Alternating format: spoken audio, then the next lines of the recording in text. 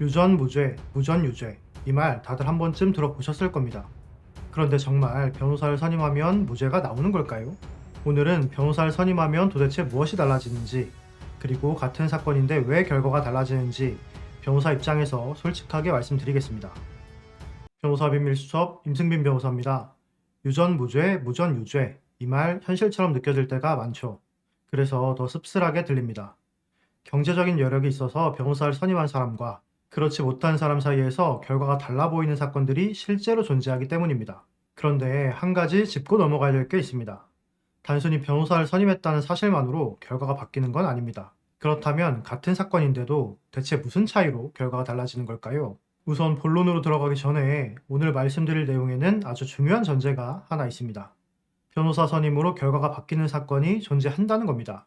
그런데 모든 사건에 해당되는 이야기는 아닙니다. 예를 들어서 형사사건이 10개 있다고 가정하면은 그 중에 한두 개 사건은 변호사를 선임하든 안 하든 결과가 이미 정해져 있는 사건입니다. 너무 명백하게 무죄이거나 반대로 너무 명백하게 유죄인 경우입니다.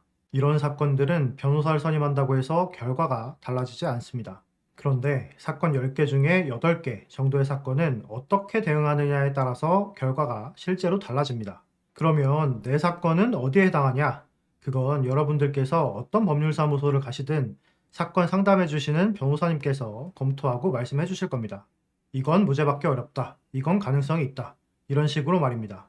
그래서 오늘 영상에서는 결과가 바뀔 수 있는 사건들을 중심으로 변호사를 선임하면 무슨 차이가 있길래 결과가 바뀌는지 그 이유를 하나씩 설명드리겠습니다. 그 이유를 다 말하자면 하나부터 열까지 밤새서 말할 수 있겠지만 오늘은 가장 중요한 세 가지만 말씀을 드리겠습니다. 세 가지가 뭐냐? 첫 번째 진술, 두 번째 증거, 세 번째 판례입니다. 진술, 증거, 판례. 먼저 첫 번째 진술부터 알아보겠습니다. 진술이라는 건 뭘 말하냐면 여러분들이 경찰서 가서 조사를 받을 때 경찰이 작성하는 피의자 신문조서를 말합니다. 조사실에서 경찰이 질문하는 거, 그리고 여러분이 질문에 답변한 내용이 이 서류에 모두 적힙니다. 예를 들어서 절도죄 사건이라면 경찰이 이거 왜 가져갔냐, 가져간 다음에 어떻게 했냐, 왜 안 돌려줬냐 이런 거 물어볼 거고, 성범죄 사건이라면 고소인과 어떻게 만나기로 했냐, 숙박업소 들어가기 전에 무슨 대화했냐, 왜 혼자 나왔냐 이런 거 물어볼 겁니다. 여기까지 들으면 다들 이렇게 생각합니다. 아, 그러면 내가 경찰서 가서 어떻게 진술하는지가 중요하구나. 그런데 이걸 모르는 사람은 없습니다. 그래서 여기서 이런 질문이 나옵니다. 아니, 사건 당시에 있었던 일을 그냥 사실대로 말하는 건데 변호사를 선임한다고 뭐가 달라지나요? 네, 달라집니다. 왜 달라질까요? 변호사가 거짓말을 시키는 걸까요? 사실대로 말하지 말라고 할까요? 아닙니다. 여러분, 한번 잘 생각해 보세요. 내가 일주일 전에 뭐 먹었는지 기억나시나요? 기억 안 납니다. 그럼 일주일 전 말고 어제 점심 뭐 먹었는지 기억나시나요?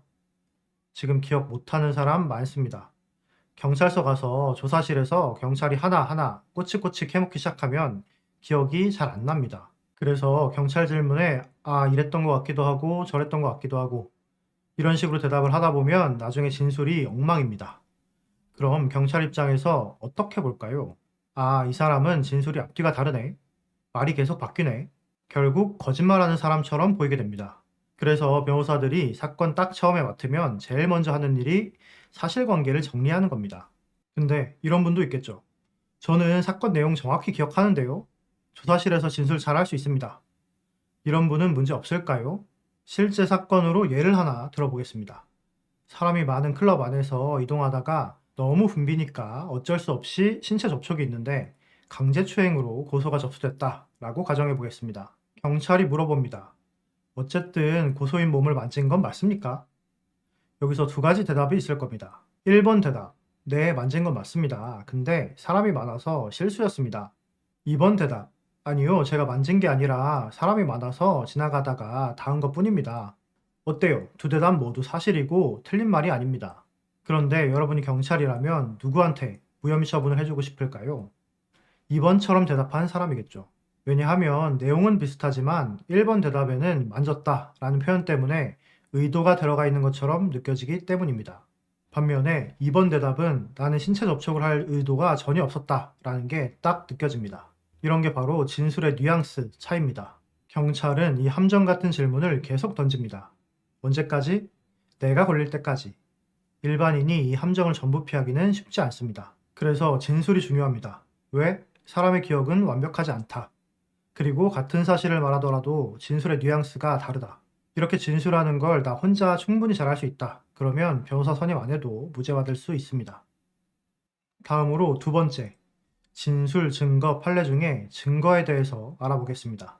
증거가 뭐냐? 녹음 파일, 카톡 내역, 카드 결제 내역, 아니면 사건을 목격한 증인의 진술, 뭐 그게 어떤 형태든 간에 내가 무죄라는 걸 입증해 주거나 정황이라도 소명해 줄 수 있는 방법을 말합니다. 이렇게 나한테 유리한 증거를 경찰에 제출해야 된다 라는 사실조차 모르는 분들도 있습니다. 그냥 조사만 받고 기도하면서 결과를 기다리는 거죠. 그래도 내가 여기저기 알아봐서 증거를 제출한다 라는 전제 하에 변호사를 선임한다고 뭐가 달라질까요? 증거는 시간이 지나면 사라집니다. 예를 들면 CCTV 같은 경우에 보관 기간이 생각보다 짧습니다. 이거 빨리 경찰에 확보 요청을 안 하면 없어집니다.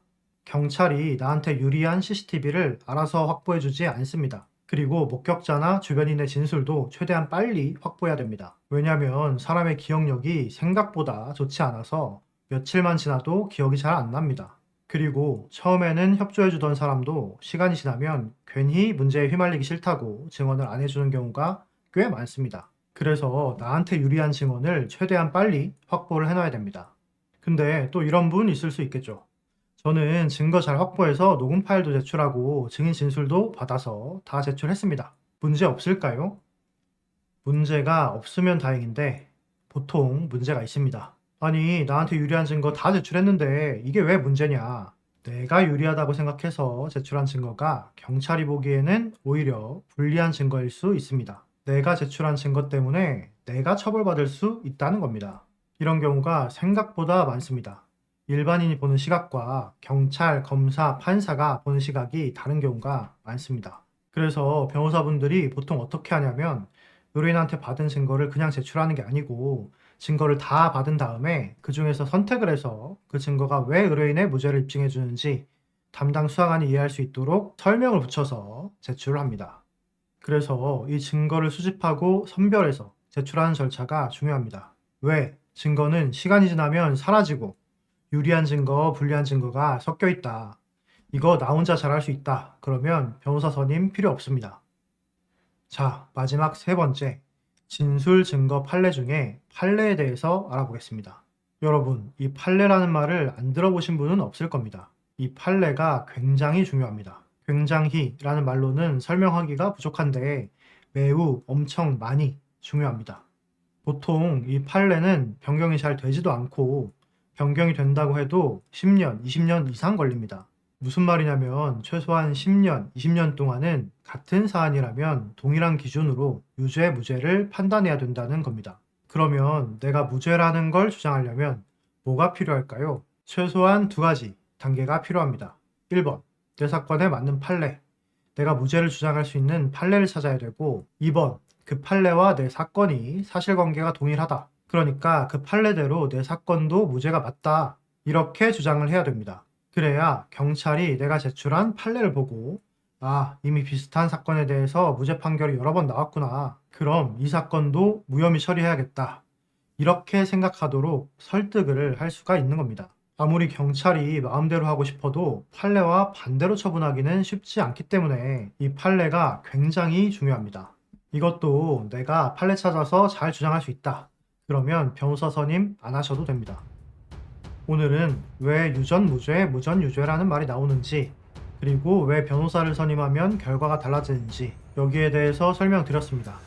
진술, 증거, 판례 이 세 가지가 사건의 결과를 결정합니다. 만약에 내가 개인 사정상 혼자 조사받아야 된다. 그러면 이 세 가지는 꼭 기억하셨으면 좋겠습니다. 진술, 증거, 판례. 오늘 영상 도움되셨다면 여기에 구독 한번 눌러주시고 다음에도 여러분들께 도움되는 영상으로 돌아오겠습니다.